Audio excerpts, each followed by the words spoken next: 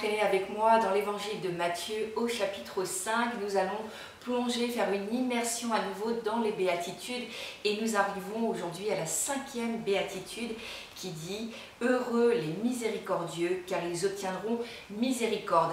C'est vraiment la deuxième vague de ce volet sur le bonheur où on nous dit comment être heureux selon Dieu et non pas du tout comme le monde, lui, penserait que nous pouvons être heureux. C'est une contradiction étonnante que ces béatitudes.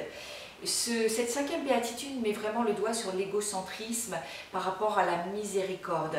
Je voudrais vous lire dans 2 Corinthiens 1, 3, il est écrit « Béni soit Dieu, le Père de notre Seigneur Jésus-Christ, le Père des miséricordes et le Dieu de toute consolation. » Dieu se présente à nous comme le Père des miséricordes. Le Père des miséricordes, Dieu se présente à nous comme quelqu'un de vraiment miséricordieux.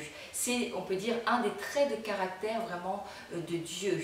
Vous savez, la miséricorde, c'est faire grâce, mais la miséricorde n'est pas obligatoire, parce que Dieu dira lui-même « Je fais grâce à qui je fais grâce ». Et je fais miséricorde à qui je fais miséricorde. Ce n'est pas à nous de juger pourquoi Dieu a fait grâce à un tel, pourquoi Dieu a fait miséricorde dans telle situation, à telle personne, à tel moment plutôt qu'à un autre moment ou à une autre personne dans une autre circonstance. Dieu se plaît à la grâce, Dieu se plaît à la miséricorde et je voudrais vous dire que être miséricordieux, c'est être rempli de compassion, c'est en tout cas avoir de la compassion et pardonner.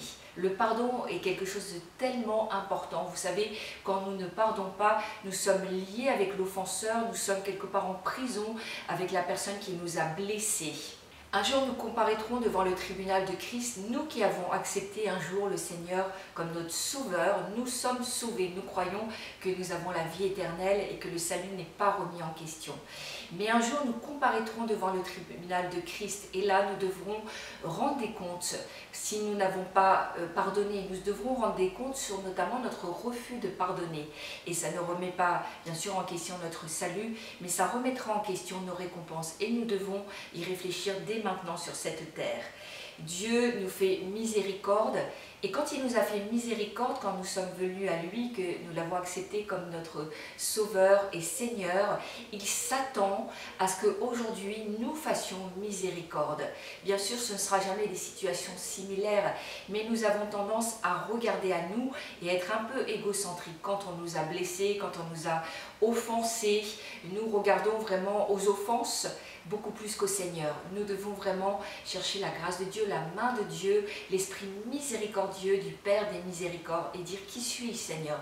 Toi qui m'as pardonné tous mes péchés, mes offenses, toi qui as été blessé, toi qui as été mis à mort pour mes péchés, mes iniquités, et qu'il n'y ait plus de malédiction sur ma vie, de par mes ancêtres, qui suis-je pour regarder encore à ces offenses qu'on m'a fait? Je veux vraiment exercer par la puissance du Saint-Esprit qui règne en moi et qui vit en moi la miséricorde. Je veux lâcher tous les pardons, parce que je ne veux pas qu'un jour, devant le tribunal de Christ, j'ai à répondre de ces choses. Je crois que nous devons vraiment laisser la grâce du Saint-Esprit nous inonder et afin de devenir comme le Père des miséricordes, notre Seigneur bien-aimé, miséricordieux et que nous puissions lâcher tous nos pardons. Soyez pleinement bénis. Nous devons et nous pouvons, par le Saint-Esprit qui habite en nous, pardonner à ceux qui nous ont réellement offensés. À très bientôt.